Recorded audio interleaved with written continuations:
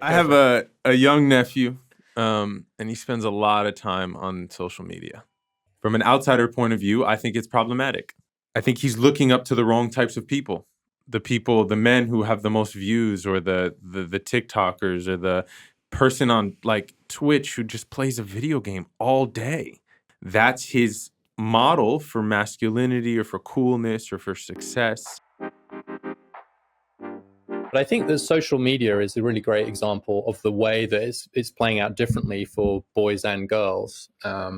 I think overall the evidence is that social media has been more damaging for girls and young women than it has for boys and young men. That said, I think what social media can do for boys is it just provides somewhere to go when you're trying to find an answer to the question of how to be in the world. And what I see when they end up with someone like Andrew Tate, the kind of, very, very, important influencer who's was deplatformed for misogyny and has now been arrested for alleged trafficking and rape. Why did he get 12 billion TikTok views?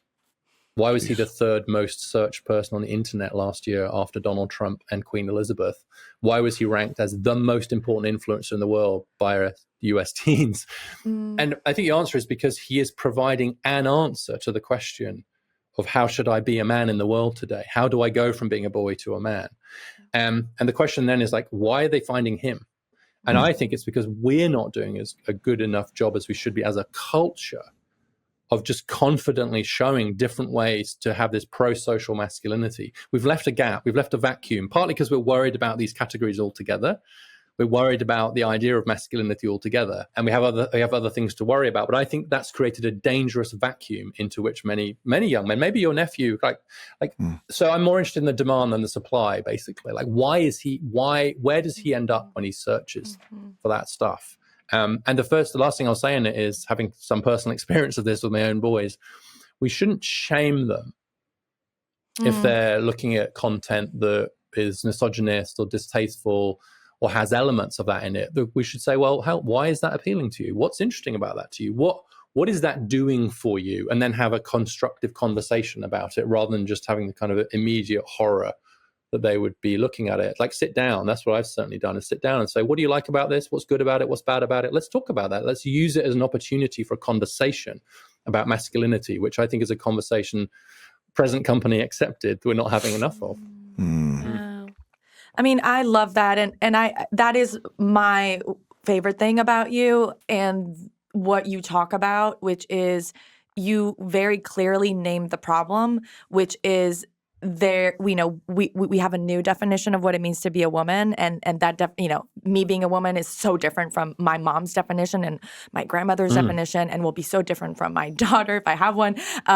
And for men, they're just it's like this open space, and it will be filled by the wrong people if you let it. And you brought up Andrew Tate. One of the things that often gets lost in some of these conversations is who benefits.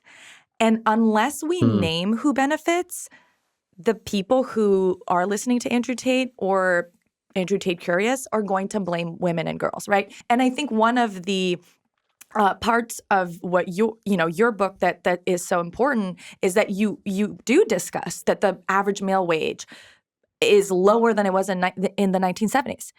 And it's, women have been doing a little bit better, but a lot of the reason why the gender gap is actually smaller is not because women's wages have gone that much up. It's that men's wages have actually been stagnant.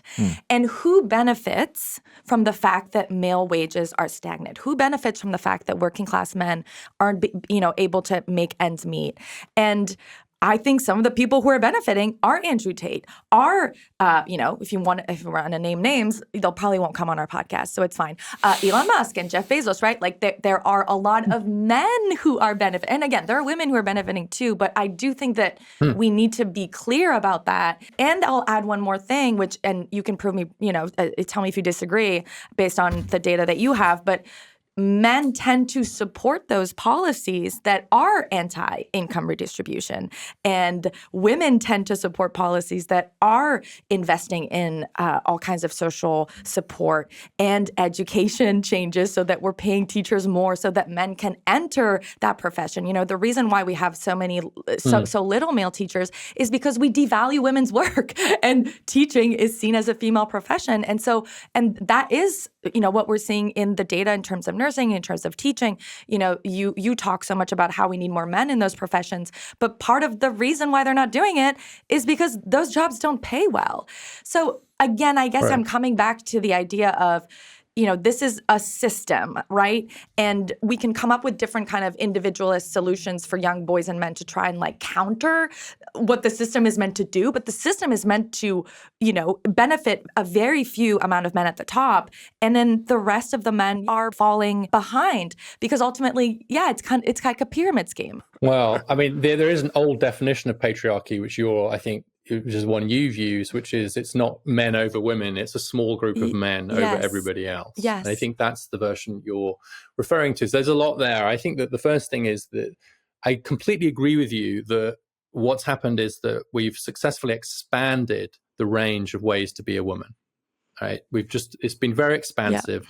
And I'm not saying that it's job done. There's lots of areas where there's still a lot more to do for women, right? So just to take the opportunity to say that there are many areas where we should do more for women. And in fact, my wife is trying to raise money right now from venture capital. And so she reminds me on a daily basis that between 2 and 3% of venture capital money goes to female founders, right? I'm not allowed to go a day without being reminded of that. And that's just to put that data point, still huge. Lots to do, especially at the apex, right? It's at the top where there's still so much more to do. Yeah. So we need to do the same for men. We haven't really had this kind of attractive, more expanded, exciting range of options for being male. Yeah. Instead, sometimes it feels like it's become more constricted, right, in the labor market for the reasons you just discussed, but also just more generally, it's like maleness and masculinity has become a more sort of troubled identity, and in some ways a more embattled one economically and culturally, just as we've done the opposite, I think, for women. And that's a huge problem. And one of the examples of that is that whereas we have seen more women going into previously male professions, again, not job done, but when you get to 50% law, 50% medicine, huge gains in recent decades. In the caring professions, the opposite has happened. Yeah. So this is something I've become very passionate about. I want to do more work on. Psychology, social work, teaching have all plummeted in the male share. The male share of those professions has halved since the 1980s. They've become female professions. They didn't used to be. Right. They become the only exception actually is nursing, where it's ticked up a little bit. And of course, nurses actually do make a pretty good living now, right? So back to your point about pay, which is that K-12 teachers haven't had a pay rise for 20 years in the US. That's a problem for all kinds of reasons. And I think it's a big part of the budget item, lots of policy around it. But there's no doubt that is a factor when it comes to attracting more men into it, because everything else equal, men are a little bit more sensitive to salary, at least for now. And so actually, if it's high education, relatively low pay, that is a recipe for making it hard to get more men into it. Meanwhile, fewer and fewer and fewer men in our classrooms, which I think is a social problem and a cultural problem too.